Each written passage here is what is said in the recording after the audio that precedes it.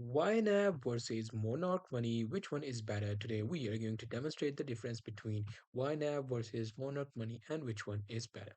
So for that I have this small table which will demonstrate the difference. The first thing is learning curve.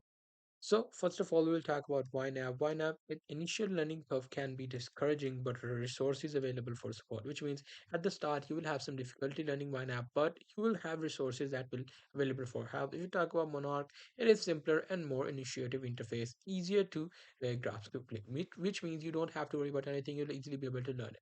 If we talk about methodology, YNAB budgeting tool focus on planning for future expenses, while if we talk about the Monarch money, it is more of a financial tracker and analyzing past finances.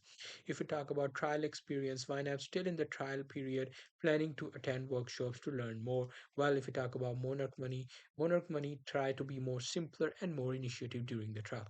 If we talk about the user interface, YNAB may take more time to get used to and less initiative initially. Well, if we talk about the Monarch money, it has user-friendly interface and quicker to understand and navigate.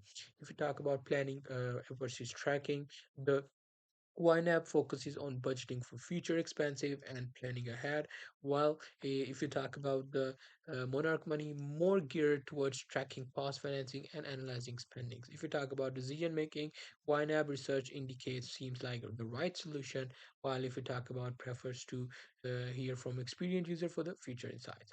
While as we guys demonstrated that if you are working for the future things, then I would suggest you should go for the YNAB because YNAB will give you some of the futures right solution. While if you talk about the analyzation for the previous experience, then the Monarch money is the right solution for you.